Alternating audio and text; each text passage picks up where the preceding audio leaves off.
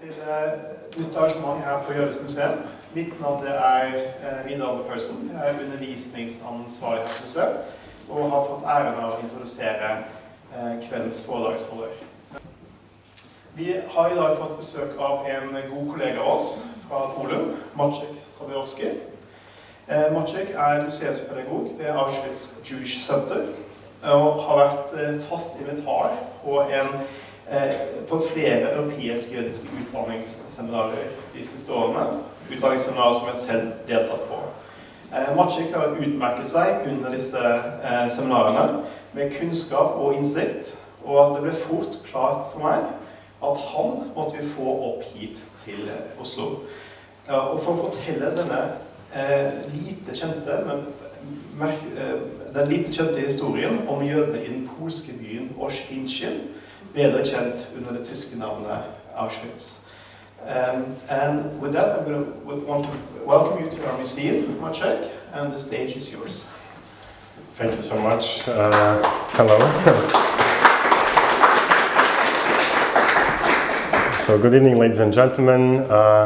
In the first place, I'd like to extend my gratitude to the Jewish Museum in Oslo and to Vidar for having me over here. Thank you so much for coming and dedicating a chunk of your evening to hearing my presentation. And I would like to tell you tonight about I'd like to give you a snippet into the Jewish history of the Polish Jewish town of Oświęcim, mostly known under its German but also Austrian name Auschwitz.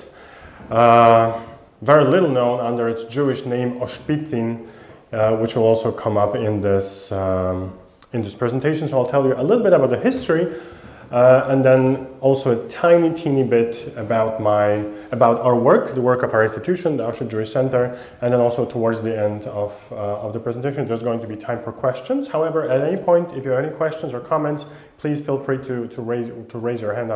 I'm comfortable with that as well. Okay, so without further ado, let me jump straight into this subject, and I would like to start my presentation by giving voice to one of the survivors, former Jewish residents of Oświęcim, Zygmunt Feiler, who was recorded a few years back in Israel. This will be in Polish with his English subtitle. Polska jest dla mnie zapomniana. Nie istnieje. Nie wiem, jak się lepiej wyrazić. Że ona w ogóle mnie nie wzrusza. Oświęcim jest miły. Pamiętny.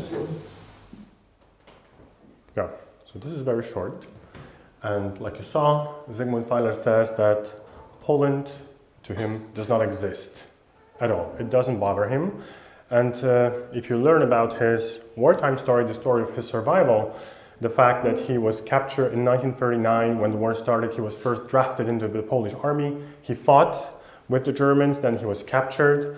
He went through a number of different forced labor camps towards the end of the war to be the only survivor of his entire family.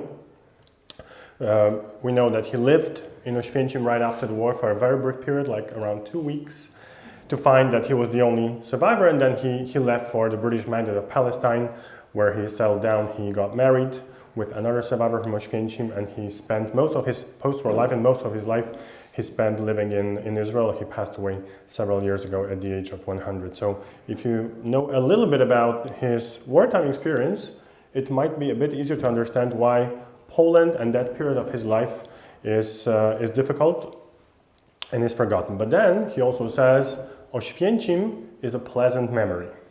So I'd like to give you a little glimpse into why, but let's explore his biography at first. So this photograph, this is Zygmunt Feiler before the war. He was a captain of a soccer team in Oświęcim. The soccer team was a part of a Jewish sports club called Kadima. So those were men, but also women, so boys and girls, who belonged to the Zionist movement, right? And in their free time, rather than spend time in a synagogue, they would prefer to do the sports, to become fit, right, with the notion of hoping to be able to emigrate to the British Mandate of Palestine at some point and create a new Jewish state. This is the logo, this is the official pin of Kadima. Kadima, this is a word in Hebrew, which means forward, right? So forward, Oświęcim. Literally it says, Żydowski Klub Sportowy Kadima w Oświęcimiu. So the Jewish sports club Kadima in Oświęcim, and you can see from the logo, there's a basketball inside, and there's a Star of David. So Zionism, as a movement, as a political movement, had a presence in pre-war Oświęcim, and there's more to that, actually. The photo which some of you may have seen, which was kind of used by the Jewish Museum here to promote this event, this is a photograph of girls who are learning to plant potatoes. Now, I use this photograph a lot working with students, and it's interesting because a lot of people immediately see that there's something wrong with this photo. This is a pre-war photograph from 1930s, so it's not related to the Holocaust at all, if this is what you may have on your mind. But if you look closely, you'll see that the clothes that those girls are wearing are not really fit for farming. This is a post photograph. You know, they're smiling, they're not working very hard. It's hard to say whether they even know how to hold those tools properly, right? Theoretically, they're learning to plant potatoes, but this is probably a new activity for them. This is a hachshara, so a Zionist training camp, right? They are also female members of the Zionist movement, and they're learning to plant potatoes, hoping that in the future they will be able to emigrate and start a new life in the new Jewish state. Now, the location of the photograph is quite unique because this is a Polish village called Brzezinka. The German name translates into beer canal. And that village, that Polish Jewish village, roughly 10 years after this photograph was taken, was razed to the ground. All of the residents were deported. They were either moved somewhere else, or if they were less lucky, they were actually sent to Auschwitz for nothing. And the camps, including the death camp, including the crematorium and gas chambers, was built on the site of that village. But before that happened, it was a regular suburb of the town of Oświęcim with Jewish residents. About this particular photograph, sadly, we do not know that much. We only know that the girl second left with braided hair, her name was Esther Schindler, and that's it. We got this photograph from another member of this hachshara. Her name was Ita Knobler. She survived the war, emigrated to Australia right afterwards, and she sent this photograph to our museum. I think, to me personally, it's quite telling of the very specific history and also of this area being quite a normal one for good and bad before the war. But definitely Jewish life and Zionism is not something that you think immediately of when you hear the word Auschwitz, right? It's quite obvious today. So this is Zionism, but Zionism was not the only Jewish presence in Oświęcim, obviously. This is a photograph from the autumn of 1939, possibly early in the World War II, and this is the Jewish street of Oświęcim. This is the Jewish district of the town of Oświęcim, right outside of the market square. There was the Jewish street, which historically was where the settlement started in the 16th century, and over time it became the center of Jewish life, with all kinds of Jewish institutions. And you can see it very clearly here, but the third building on the right, the tall one with tall windows, this is a Bobover Yeshiva. So this is a Talmudic school, which was frequented by Hasidic students. So Hasidism and general traditional Judaism was predominant in the town of Oświęcim before the war. Zionism had a slightly smaller presence, but there were a lot of different institutions in the street. Naturally, there were synagogues, all kinds of synagogues, right, including the most important one, the Great Synagogue, which I'm going to tell you about in a second. There was a place for shechita, so ritual slaughter, right, of meat. There was also a mikvah, so ritual bath. There was a library. There were all kinds of things that you have in a small Jewish town, which at the time, in 1920s and 1930s, had a 60% Jewish population. The majority of residents of Oświęcim, nicknamed Oświęcim, by the community itself were Jews. And also it's around that street that initially this tombstone was standing next to the first synagogue from 16th century. There was a cemetery that we do not know that much about, but this is the oldest material trace of Jewish presence in the town of Oświęcim. It's a tombstone of a rabbi, Abraham Abba. We know very little what's transcribed from this inscription. It says that his name was Abraham Abba, that he was a rabbi, that he was the son of another rabbi, Asher Zelik, and that he died on the 21st of March, 1757.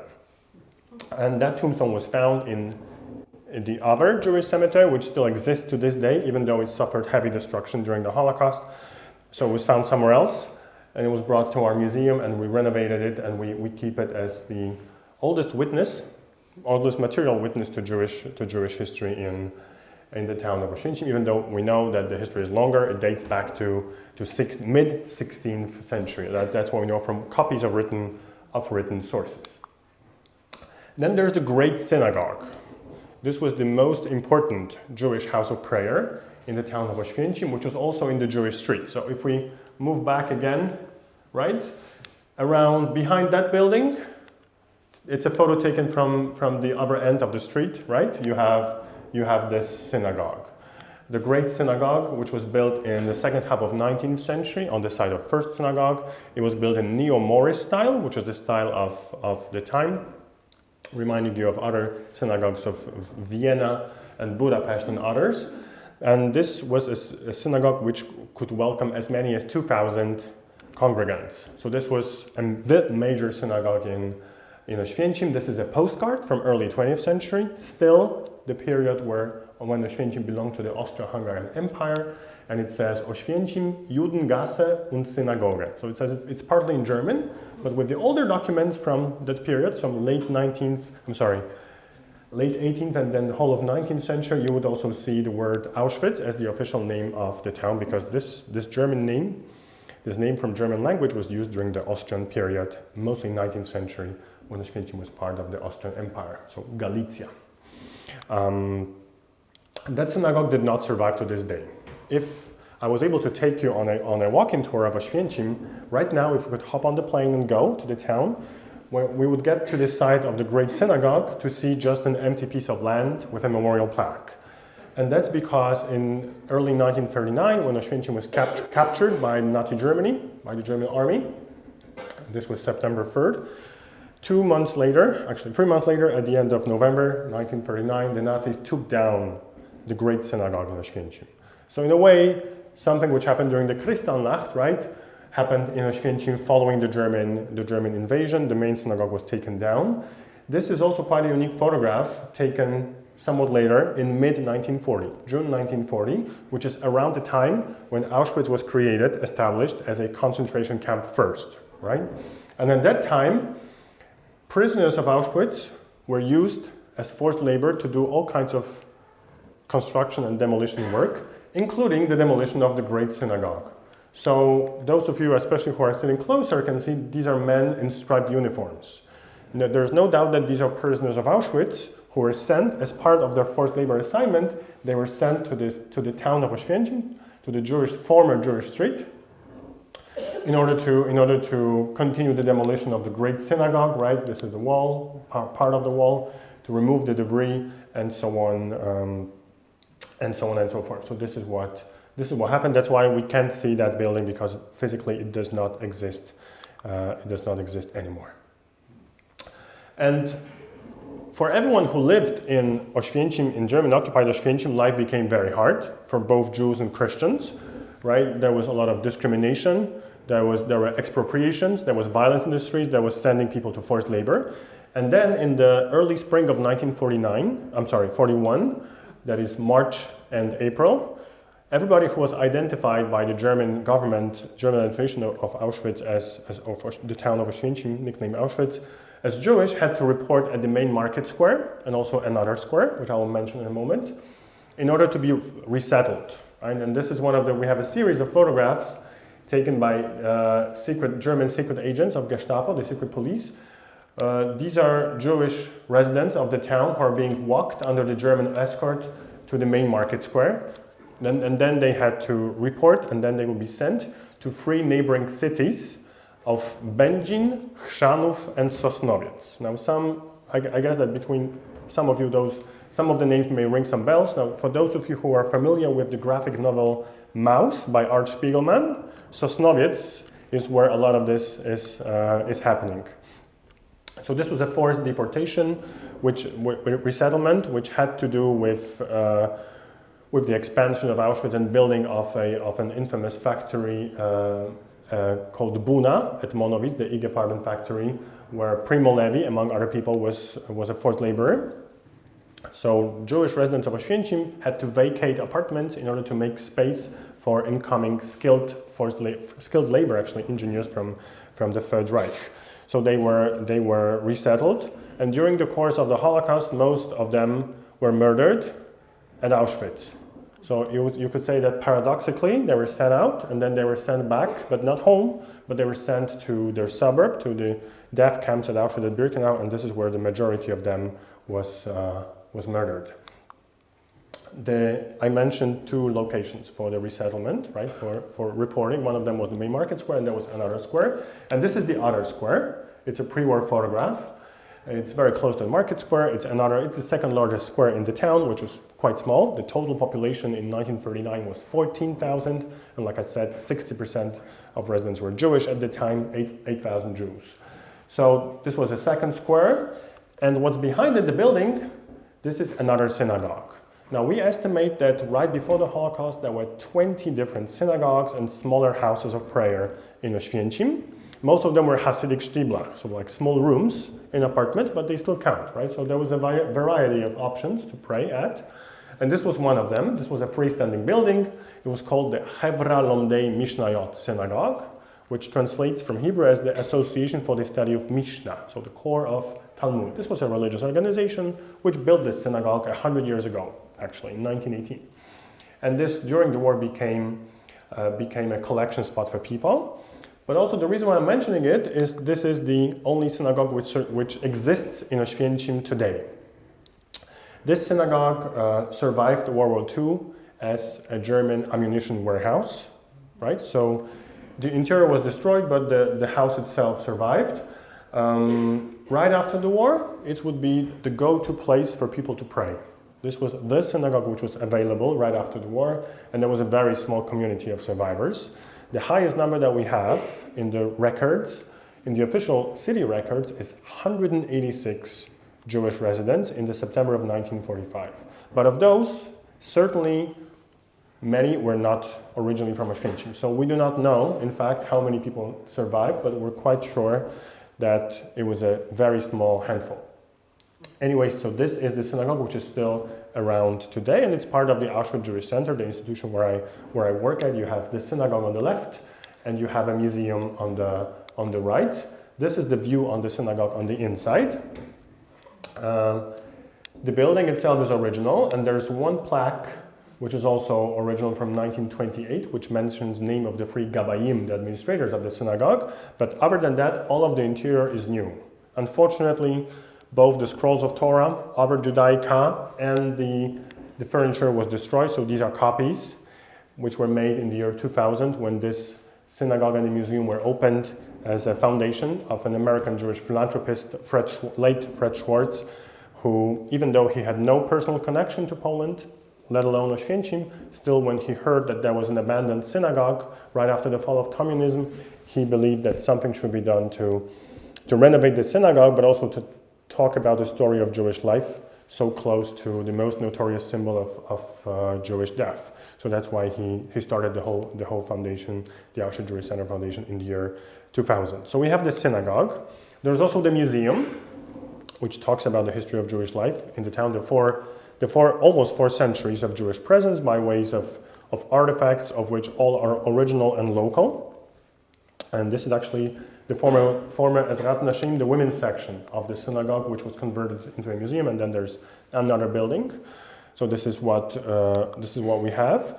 And I wanted to stop for a second at one particular object, which also to me personally is important, but it also, I think, says very well about, talks about the other part of our mission. Because on one hand, this is keeping alive the memory of the local Jewish community, but there's a bit more. This is a notebook. It's a school notebook. It's written in Polish. And there might be some people who understand a little bit of Polish, but still let me translate for you what the right hand says, what the right hand side says. It says Oświęcim, 19th of May 1940. It says assignment. Kids sit, bell, break, eat. So it's like a random set of words, and then what follows are sentences. The kids went to school. They're sitting in a classroom and they're writing an assignment. The bell is ringing. It's a break. They're eating bread or they're eating rolls, right? So it's like a school assignment. Now this is a notebook of a Jewish boy. His name was Henryk Enoch. He was born in Oświęcim in 1932. So in 1939, he was supposed to go to school for the first time, right? September 1st is traditionally in Poland still until today, this is the first day of school. We all know that especially in this part of Poland, closer to Germany, the school year did not start at all because the war started, right? So Henryk never went to school. Also later, he never went to school. He never sat in a classroom. He never observed anyone, learning or writing assignments and so on and so forth. So how come he wrote this in a notebook? Well, this has to do with another person, a teacher, a Christian teacher. Her name was Jadwiga Marciniak. And when the war started and when Jews were banned from going to schools, she organized what was known as secret classes, like clandestine education against the German occupational government. She invited children, Jewish children, Polish non-Jewish and Polish Jewish children to attend classes at home, which actually placed her at a very high level risk. I mean, this was a risk both to her security in her life, and her family, which proved also later to be true because her husband, who also was involved in this kind of education, was captured a year later in 1931. He was sent to the concentration camp in Mauthausen-Gusen and he was murdered there, which did not prevent Jadwiga Marciniak from continuing teaching children. And in this case, the thing is, this is the two notebooks of Polish and one notebook in mathematics are the only things that we have to know that Henryk Enoch ever existed. Because the only other thing we know about him is that a year later, in the spring of 1941, he had to join this with his parents, Jakub and Rosa. They all had to join this group of people and they went to the square, and from that square they were deported to Będzin, and this is where Henryk Enoch died.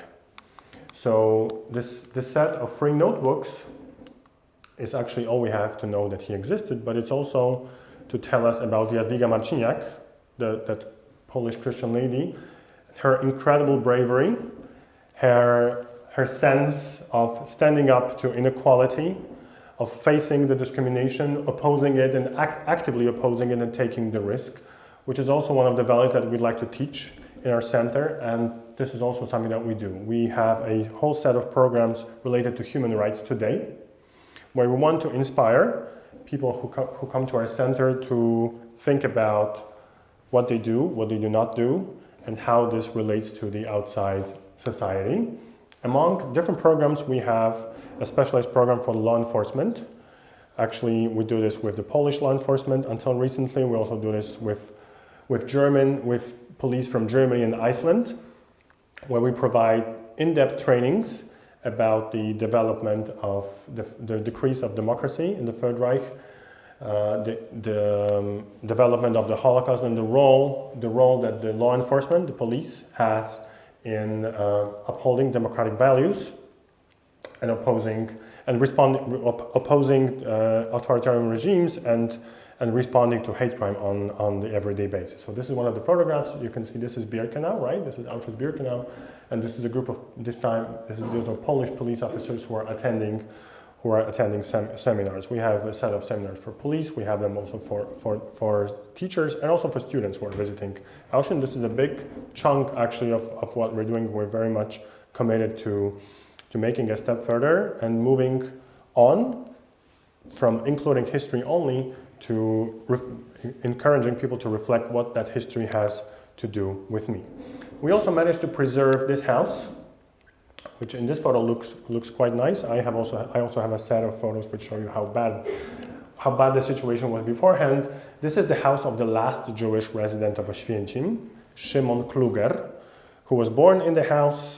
He had eight siblings and parents, and everybody except for the three of them, everybody was killed in the Holocaust. Szymon Kluger himself went to Sweden. He lived in Malmö right after the war for quite some time. In 1961, which was at the time when pretty much everybody was gone from Oświęcim, of the Jewish survivors, he came back and he lived in this house until his passing, May 26, 2000. And this is a symbolic date, because with the passing of Szymon Kluger, the owner of this house, the Jewish history of Oświęcim ends. He was the last Jewish resident of Oświęcim, of Auschwitz. And with his passing, he was buried in the local Jewish cemetery. This is it. We got this house from his family, the descendants of his siblings, and we recently renovated it. We preserved pieces of the interior, including a door frame with a mezuzah trace, and we converted this into an exhibition space with a museum store and a vegetarian cafe. And right now, it's also part of the museum route. Of the more recent developments, we also developed an app, which you're also welcome to download free of charge. It's in 4 languages. It's called Oświęcim, the Jewish history of Oświęcim. And this is a guide to our museum, but also to the town of Oświęcim. So not only you can tour the exhibits, but you can also venture into the town, and you can stop at different sites, some of which I mentioned already, right? In the Jewish street and beyond, you can also go to the cemetery and explore those sites, which in most cases are quite inconspicuous. You cannot really say that they have Jewish history, but they do, as most of the old city. So it's Oświęcim, it's for Android and iPhones, and it's in 4 languages: Polish, English, Hebrew. By the way, in Hebrew is spoken by a 2nd generation survivor from Oświęcim, and then also Polish, German, Hebrew, and English. Yeah, so there's that. And the most recent project that we're preparing for, and at this point we're collecting funds, this is a commemoration of the Great Synagogue. Now you may remember in the middle of my presentation I was talking about the most important synagogue in the town, which was destroyed by the Germans at the beginning of the war, and this is the project, the blueprint of the visualization of its site, where we would like to outline its size, but then also fill it with stones, which are the designers want them to reflect the shape of a Star of David. There's also other details, and here in the very middle, what you can see, this is a look into the original floor, because the archaeologists who excavated this site in 2004, they found the original floor, which was later covered. So you're going to be able to take a peek into the floor tiles. So we want this to be a memorial park, which will be both a memorial site, but also a space for people to stop over and reflect on the Jewish past of Oświęcim. So yeah, so this is what I wanted to share with you tonight. So thank you for your attention. I'll be very happy to take your questions or comments.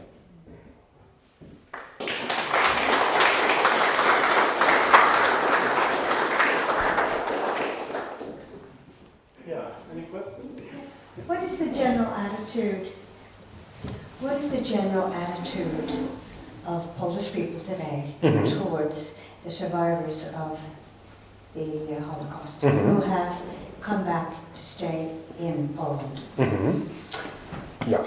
Well, this is a very big question, right? I'm happy to respond. It's complex.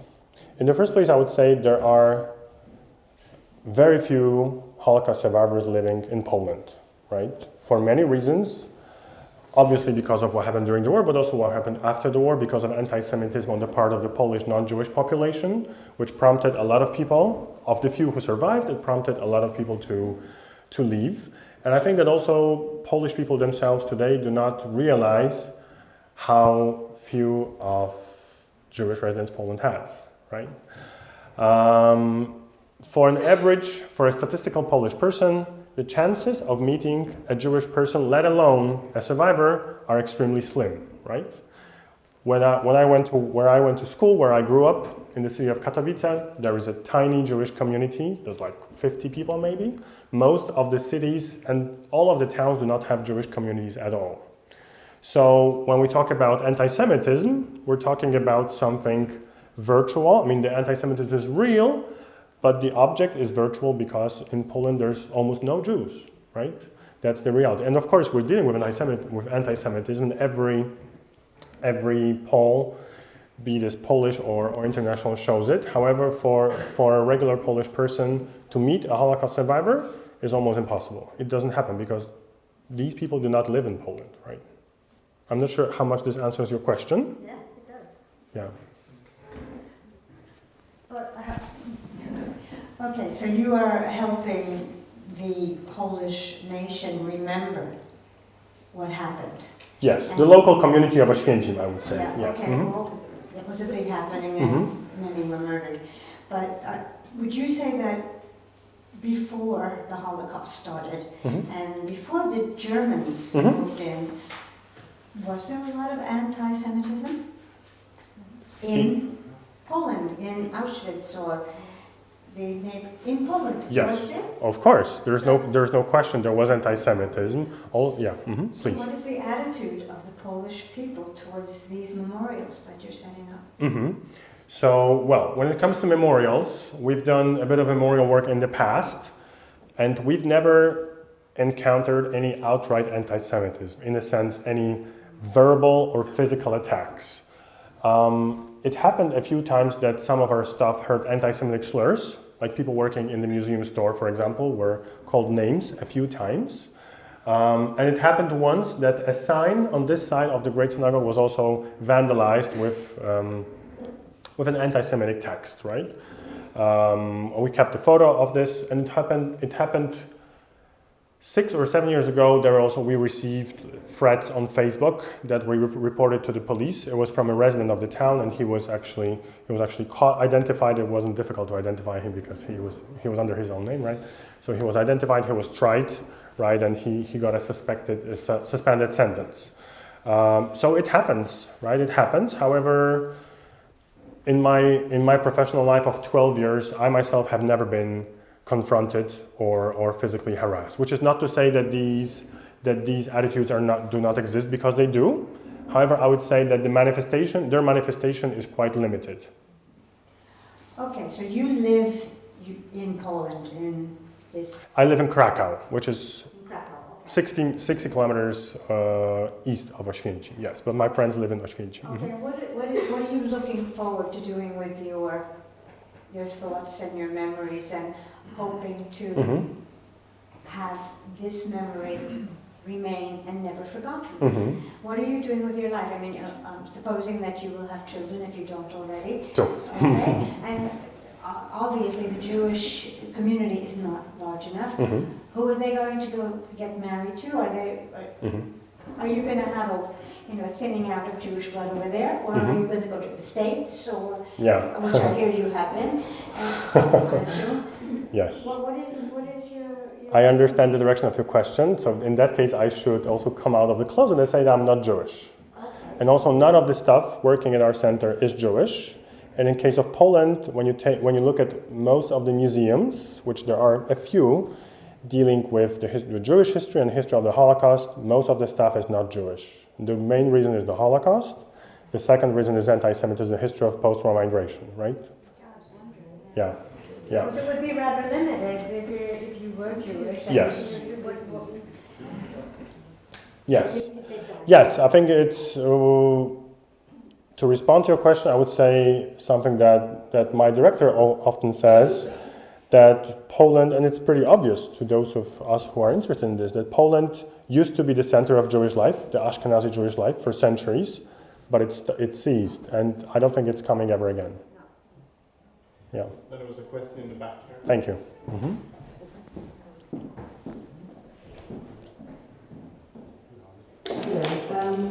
I understand there's a law in Poland just came out that it is not legal to say that the Holocaust was also that Polish people were involved in Holocaust. Is that so? And how is it working, sort of practically?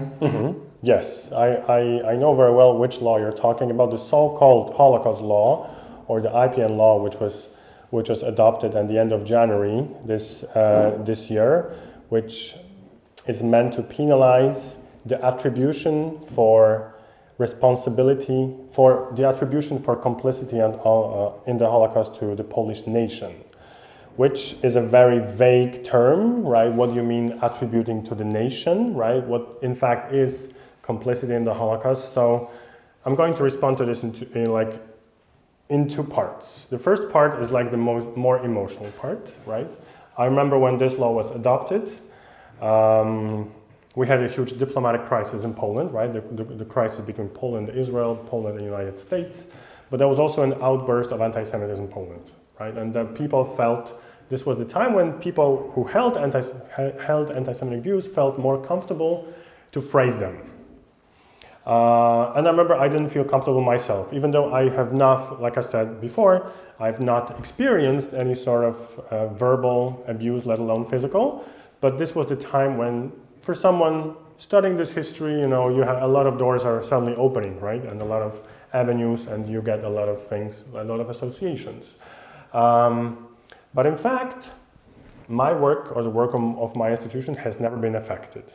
I know on a more rational level, I know examples of my colleagues and friends who work for state-owned institutions like the Institute of National Remembrance, which is the, let's say, I would say, in a way, an equivalent of Yad Vashem for Israel. It's a state-owned institution doing historical research, mostly on World War II, and what happened to mostly non-Jewish Polish population. But he's an accomplished Holocaust scholar who's published at Yad Vashem Studies, among others. And he was actually not fired, but he was moved from a research post to an administrative post. But there's also people who are fired, right, for their honest examination of history and honest dealing with, well, those chapters of Polish non-Jewish history which are quite dark, right, and complicity of some of members of segments of the Polish population in the Holocaust. So this is what the law is aiming at, right? However, it was sent to the Constitutional Court, and to this date, as far as I know, to this date, the verdict was not passed. So in a way, it's suspended, which, well, is not maybe a very happy development. However, it could be worse, I guess. I mean, it obviously evokes associations with authoritarian regimes, right? To name Turkey, for example, and the different ways, or Russia, different ways of curbing the freedom of speech. However, except for the state-owned environment, I think this has not affected people that much yet, and I hope it never will.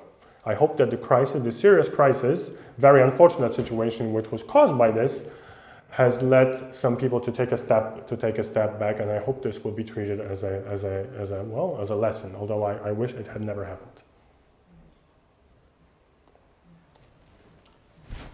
Good evening. My name is Thomas. I was in Poland last summer on a historical trip focusing on the Jewish life in Poland before Second World War, and also many centuries before that.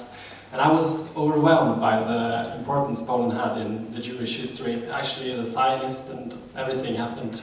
They grew up and they planned actually the country of Israel in Poland, it seemed like. I also saw a lot of graveyards, like trees and grass were growing, and you had to like push it away to see the names of the deceased. Is there any interest in Poland of taking care of the history, Jewish history before Second World War? As I see it, it's a great value for Poland. And these church yards, is it a part of Polish law, for example? Could it be part of Polish law? That's my question. Yeah, thank you. So as far as I know, there's around 1,200, so 1,200 Jewish cemetery sites in Poland, right? There's some of them are huge, like especially in big cities like Warsaw. There's Łódź, right? Łódź has a Jewish cemetery which has around 200,000 tombstones, 200,000, right? It's the second largest Jewish cemetery in Europe after Salonika in Greece. In Łódź, or it's Lodz or Łódź, is also known under the German name Litzmannstadt, the Lodz ghetto, right?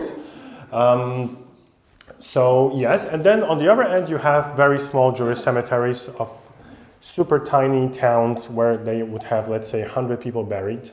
A lot of these cemeteries were vandalized during the war by the Germans, right? Sometimes also the local non-Jewish Polish population would take advantage of the Matzevot.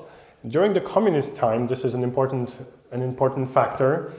Nothing was taught about the Holocaust or Jewish history almost at all, with the exception of short periods right after the war, and also a little bit in the early 1960s, like my parents, for example, when they went to school, they would learn nothing. I mean, they heard from their parents, right, about Jewish neighbors and so on and so forth, but this was officially never taught, not as a mystery or a secret, but rather, excuse me, there was this idea throughout the whole communist bloc that everybody suffered the same under Nazism, which was called fascism at the time, and then the Soviet Union came and liberated Europe from the German Nazi yoke, right? So there was no place for any sort of like a special status, which also affected the way that these cemeteries were taken care of, not taken care of.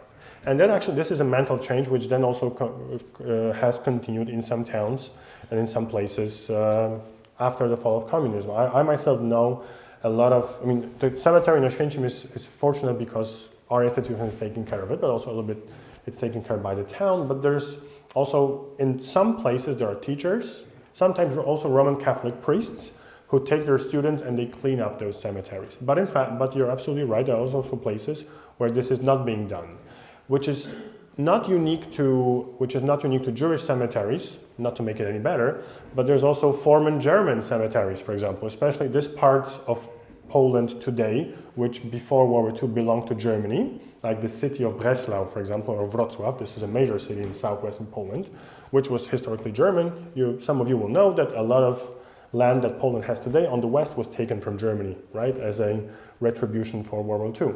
So on those lands, there's a lot of German Protestant cemeteries, and oftentimes they were also neglected for a lot of time, sometimes also until today. There's also work to be done. So this is probably not making anyone feel better, but this is a phenomenon which you can see in regard to other population groups. Yeah. But yes, there's definitely work to be done. I'm glad to say that it's being done, but it's a work unfinished. There's no question. Any other questions? Well, I have one myself. Yes. Thank you very much. Wonderful lecture, very interesting. I wondered about the Jewish community who returned to the city after the Second World War, a couple of hundred. How long did that remain as a Jewish community with religious services in the one synagogue building? Understanding? Yes. Thank you, Vidar. As far as we know, like I told you, the number of people who came back was very small. In our collection, we have a notebook, the original notebook, which was prepared by a man. His name was Maurycy Bodner. He was a survivor himself, and he established the usual procedure in Poland right after the war would be that the Jewish survivors who came back, they would establish Jewish committees. And Jewish committees were secular organizations which were meant to help other survivors. So to satisfy the basic needs, to have somewhere to sleep, right? To have some food, to create a platform. In the pre-internet era, you needed a platform, someone to help you find your loved ones, hoping that they would survive, and so on and so forth. So that was a Jewish committee in Oświęcim. It was set up 3 months after the liberation. That was in April 1945, and they had this notebook. And in that notebook, we have 300 names. Those were people who were, and you get a surname, the first name, the birth date, and the birthplace, and then place your residence during the war. And the birthplace is important because a lot of times these are, even though there's 300 names, but a lot of times these are people who are born in different parts of Poland or in Germany, who for whatever reason found themselves in the town of Oświęcim after the war, which is to say that it's very difficult to say how many people survived. Now, those who did lived in Oświęcim usually for several months, looking for relatives, right? sometimes trying to get their apartments back. And there were happy stories where you would just walk right in, you would get it back, no questions asked. But there are also situations where someone would be trying to enter their own apartment and then it would be already occupied. And the person would say, you don't belong here, right?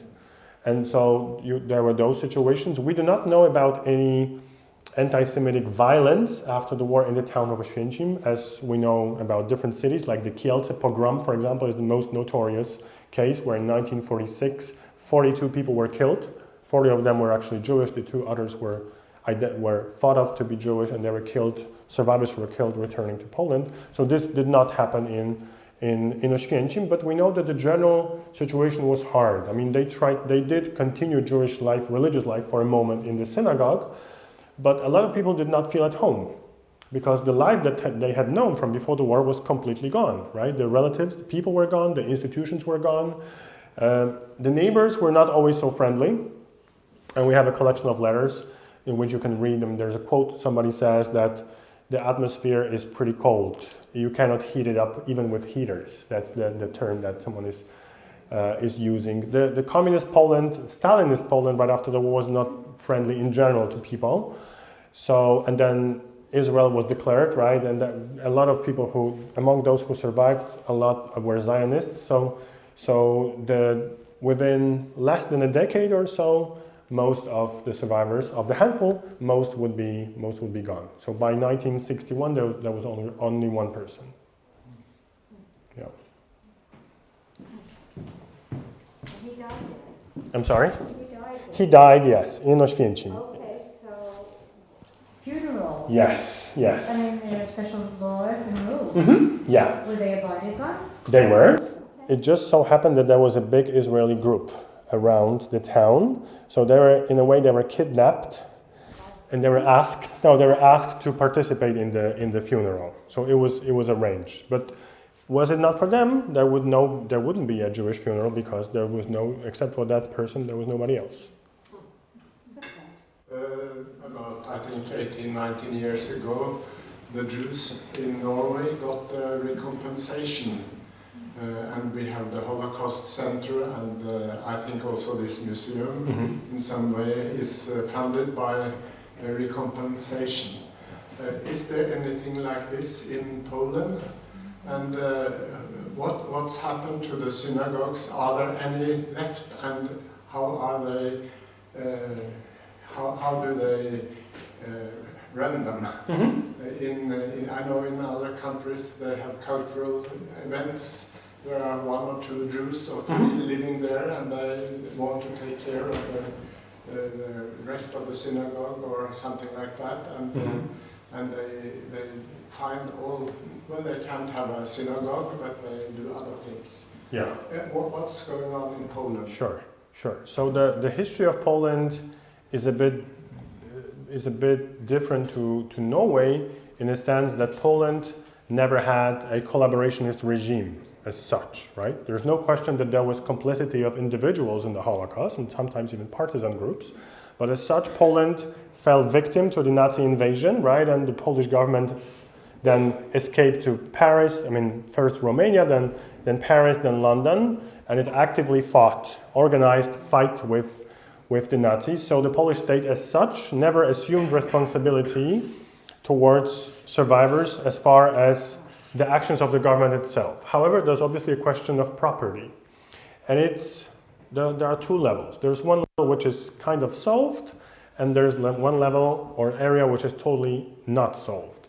The solved, in a way, if you can say this, or dealt with at least, is the question of Jewish communal property. So property like synagogues, former or sites related to Jewish learning, or ritual baths, which belong to the Jewish communities. Our synagogue, let me go back to respond to your question. This synagogue was the first synagogue in the history of Poland to be reclaimed by a Jewish community. Now, if you were listening closely to and this was in 1997. So if you were listening closely to my presentation, you know very well that at 1997 there was only 1 Jewish resident in Oświęcim. So 1 Jewish resident does not make a community which can reclaim a synagogue. But nearby, in the city of excuse me, Bielsko-Biała, there was a very small community of 40 people, and they filed a petition. They asked to reclaim this synagogue so that then they could later donate it to the philanthropist who set up the foundation. So it's a special case. But in general, the community in big cities, communities of survivors were able to reclaim property. In case of Kraków, where I live, for example, right, there's still 7 synagogues standing, and a lot of different real estate was reclaimed by the Jewish community, which is still there, and it belongs to it. So a lot of these synagogues, if there was a legal successor, they could be reclaimed. And this, I think, went pretty smoothly. It was a bit similar with other religious organizations, like other religious denominations, the Roman Catholic Church, the Protestant Church, other denominations as well. But there are a lot of synagogues that were never reclaimed, because in small cities, small towns or villages, there would never be a Jewish community again, or ever nearby. So they were either nationalized by the communist state, and then also they stayed in the property, in the state or local property, and they're used in different ways. To this day, you have synagogues which are converted to warehouses, and they were kept as warehouses. You have cases of synagogues which right after the war or later were just demolished, taken away, and are unheard of, right? You have cases of synagogue buildings which were recently renovated and are being used as museums, as cultural centers, as libraries. So it's a whole, you could really have a whole presentation on this. There's an interesting book by a Krakow-based photographer. I think it was also published in English. It's called "There's No Such Thing as an Evil Eye."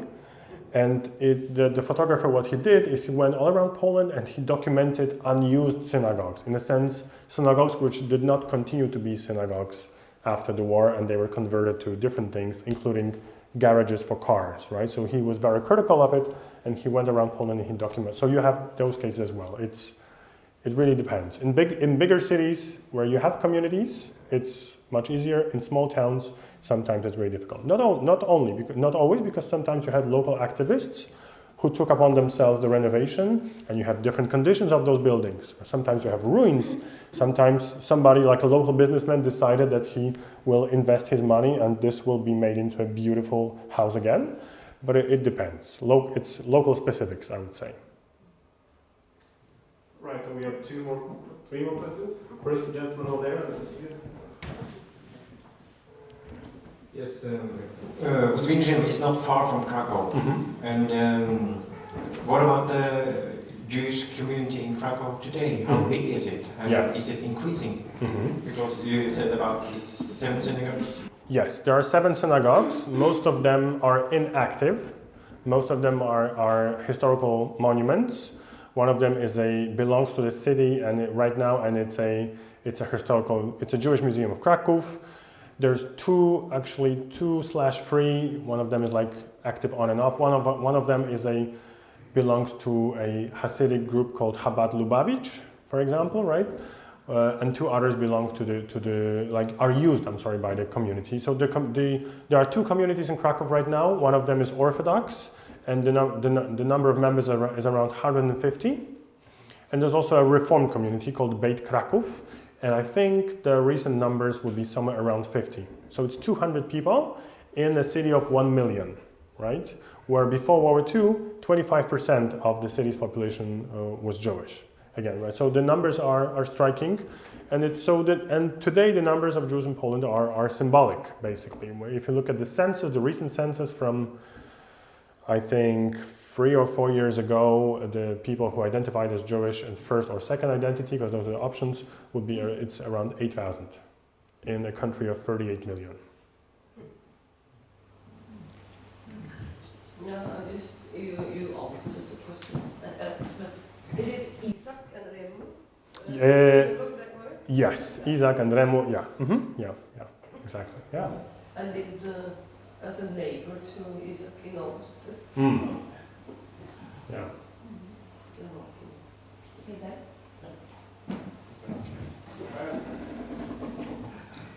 So, 2 questions.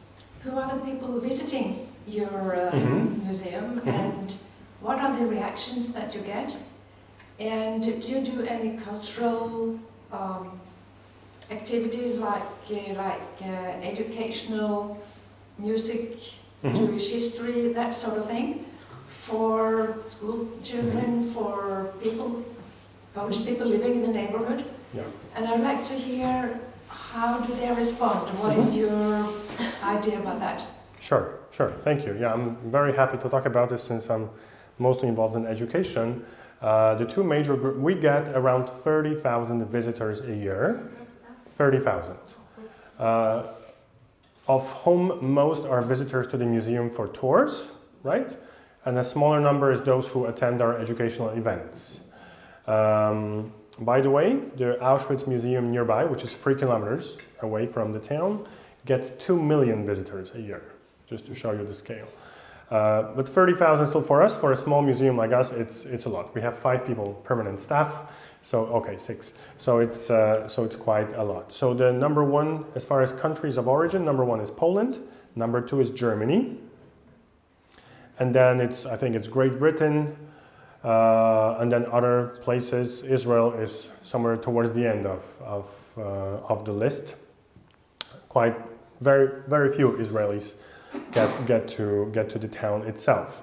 Now we want to work as much as we can with the town residents, but it's difficult. And it's difficult perhaps for a different reason than you may think or guess. We commissioned a social research several years ago to see what do residents of Oświęcim think about the past of the town, what they think about foreigners. And one of the most important findings was that residents of that town, a lot of them, around a half, they don't want to think about the past at all. Be it as Jewish, Christian, whatever, they don't. Because a lot of people feel, living in the town of Oświęcim, which is mostly associated with the German camps of Auschwitz and Birkenau, a lot of people feel that history has done them only bad things. They don't want to be, a lot of them are, today it's changing, but until recently a lot of people were associated with Auschwitz. In Poland, outside of Poland, I remember myself when I started coming to the town, I'm not from there originally, I also myself did not feel that comfortable, being around such a site of an extreme violence. This is not a place that you want to go, right? You don't go to Auschwitz because you like it, for most people, right? For me, it was hard to distinguish between the town and the camps, which is two different realities. I mean, they intertwine at a certain point, but these are two different realities. We also have a video, I showed you a video at the beginning with the soccer player, Zygmunt Fale, but we have a video with another survivor who lives in Israel who says, to me, trying to quote him, to me, Auschwitz and Oświęcim are two different things, right? I set them apart. And it's important to set those things apart because residents of Oświęcim today, they don't want to live, they still do live in the shadow of Auschwitz, but it's impossible to keep thinking about this all the time, right? And to be reminded of it, to be asked questions like, why do you want to live in a place like this, right? Which is a natural question I would ask myself, but then working there, knowing people there, I understand that it's very painful because it's not a question. Nobody living in Oświęcim asked for Auschwitz to be built there, right? In fact, some of the residents today had their grandparents sent to Auschwitz for whatever reason, or they were resettled, or they lost their houses. I mean, there's a whole plethora of things. So in this way, it's difficult because some people don't want to engage with us. Not necessarily because they're anti-Semitic, which would be sometimes the default answer, right, or suggestion, but also because they think it's not for them, it's not their thing, they'd rather focus on what they have to do on their to-do list than deal with history, which they only associate with bad stuff. But we have a community of like followers, people who come to our events, and we do different kinds of events. On one hand, we do events dealing with history and human rights, which is the two strong legs of our center. But we also, and things such as refugee crisis, for example, the current humanitarian crisis, but we also do things which are less associated with history or human rights. We do events about environmental issues, for example. So different things which are not maybe so much offered in the town, and we're hoping to attract people by different ways also to engage them with history. But yes, we have also a whole array of programming for Polish kids. This past school year, we had 3,000 Polish kids who attended our workshops. Right, so they spent a longer time at our center, learning about the Jewish past of their town, but also learning about empathy and how it is important also today, how it was lacking in those times and how it's important today.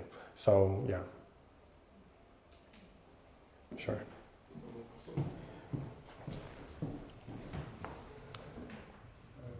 I don't know if this is to the point, but I think many Jews from Poland and Russia went to the United States short before the war, or they escaped in some ways. And many of them are still living in the United States and Great Britain. Do they have any connection to their formal or their family's formal life? Or is that, as you said, they want to forget everything and they have moved away, they don't belong there? So I can't tell you percentage-wise, but it really depends on different factors. It depends on, on the experience of a person, if they want to return to their history or not. It depends on a lot of different incidents along the way, but we've been in touch. Right now, obviously, due to aging, a lot of survivors are passing away, and we all know that soon there will be none around us. But we are still in touch with several people living mostly in Israel. There are like really individual cases in the US that we know of, but there are several in Israel. And also we're in touch with second and third generation, right? There is, for example, in talking about the US, there was a very influential Jewish family in Oświęcim who had a liquor factory. They were the Haberfelds. This is a fascinating story, actually, because this was a major factory in the town. They were making liquors, which was sold before the war. They were sold all over Europe. You can find them in Paris, in Hungary, in Austria, everywhere. And in 1939, the owners of this factory, the couple, Alphonse and Felicia, they were invited to the International Fair in New York for the first time. And we can only try to imagine what it meant for, a successful couple, but still from a small town of Oświęcim, next to Krakow, to be invited to the expo, right, in New York. And we know that they left behind their 3-year-old daughter, and they went. This was 1939. They went on a ship. This was a beautiful cruise, with like Fred Astaire and dancing and film screenings and everything. So they went to this exhibit and they took part, and then they were on their way back. And you know what happened, right? This was the end of August 1939, and as soon as the ship, this luxury liner, was passing Great Britain, the war started. And the ship was, luckily for them, the ship was stopped by the British Navy. It was diverted to Scotland, and after 2 weeks of quarantine, they had to go on land, and that was it for the journey. And they left behind a 3-year-old daughter, right? And they tried all the ways to get her back. They actually also wanted to pay for a Danish ship steward to go to Poland and extract the daughter. To us today it sounds fantastic, right? But that's parents, right? They tried all the ways, but they never succeeded. The child with her grandmother, they moved first to Krakow. In the Krakow, they were included in the ghetto. From that ghetto, in the end of the story, they were sent to the death center in Bełżec and murdered. And everybody else from that family was murdered in the Holocaust in Nazi-occupied Poland. The only survivors was the couple who was stuck on the way back. And they moved back to the US. They lived in Los Angeles. Felicia Haberfeld was on the board of the Los Angeles Museum of the Holocaust. She passed away in 2010 at the age of 98, and they had a son. So the family continues in the US and in Israel. And some of them also came to visit several like 2 or 3 years ago. And we get visitors, mostly from Israel, second or third generation, more rarely from the US, but it also happens. And I know that there's also people in Norway who have Jewish roots in Oświęcim. Yeah, I've been in touch with someone recently. Yeah.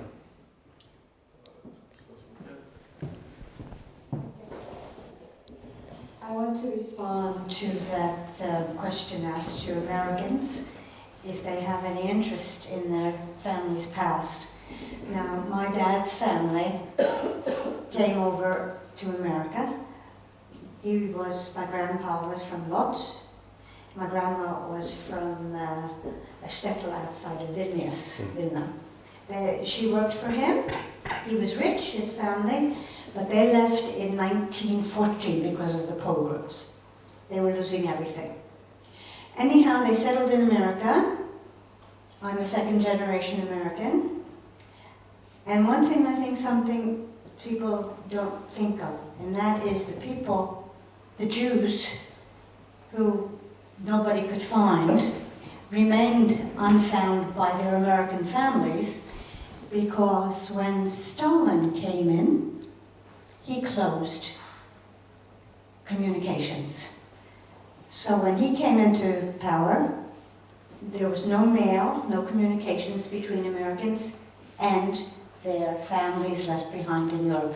They could not find them for years and years and years, or in Russia.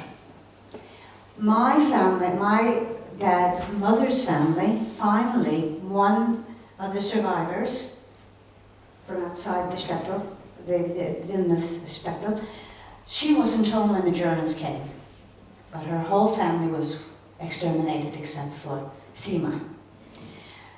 We finally got a letter from Sima in 1990. I am the only one in the family who met Sima because I live in Norway, which is close. Fortunately, Sima, who was my father's mother's niece, has a granddaughter, and in these free times, she's living in Vilnius. She's all over the place, in the States, in Europe. But I think a lot of people never found their families after the wall went up, when the Soviet Union was formed. Even after the fall of the they were after the Berlin Wall. Yeah. Wall, even after the communism was gone, it was not able to go. It took a long time, right? It took a while. Because many of these people by that time had disappeared. And nobody knew where the addresses of people were, either in the USSR or behind the wall, or in America. So we were just very lucky, my family, because there was one friend of the people who lived in Vilnius who did travel back and forth and found my family in America. So I just wanted to give a little bit of insight. It wasn't because people didn't want to know, it's because they didn't know where to find people. And my grandparents would never, ever answer a question about where they came from. Okay?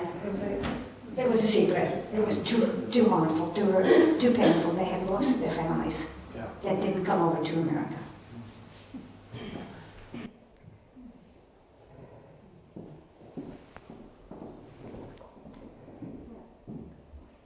So how many people, how many Jews lived in Poland before the war, and how many escaped and how many was killed?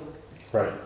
So the general estimate of the Jewish residents of Poland in 1939 is between 3.3 and 3.5 million, which amounted to 10% of the population, which was the largest Jewish population at the time in Europe and the second largest after the US, right? Every 10th citizen of Poland was Jewish. And of those, around 90% were murdered in the Holocaust, right? Which leaves us with around 300,000 survivors, of whom the majority were those who found themselves during the war, in different times of the war, in the Soviet-occupied zone. The majority of survivors from Poland, Holocaust survivors, are those who either escaped to the east themselves, escaping from the Germans, right, to the east. At the beginning of the war, a lot of people, including my Christian family, they were escaping to the east because they did not expect that 2 weeks later, Soviet Union would attack Poland. This is what happened, right? September the 1st, Germany attacked. September 17th, Soviet Union. Poland, in general, not the best place to be at the time. So they escaped to the east, or they were deported by Soviets, or sometimes pushed by Germans through the border. Of those Jewish people who remained in German-occupied Poland, almost nobody survived.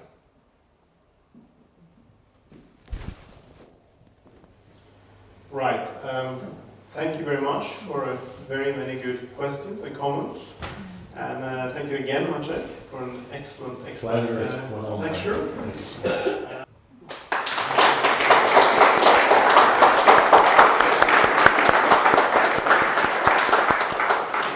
Thank you. I did my homework in Norwegian. I'm sorry, I forgot to boast, yes. Google Translate. Thank you so much. Thank you again.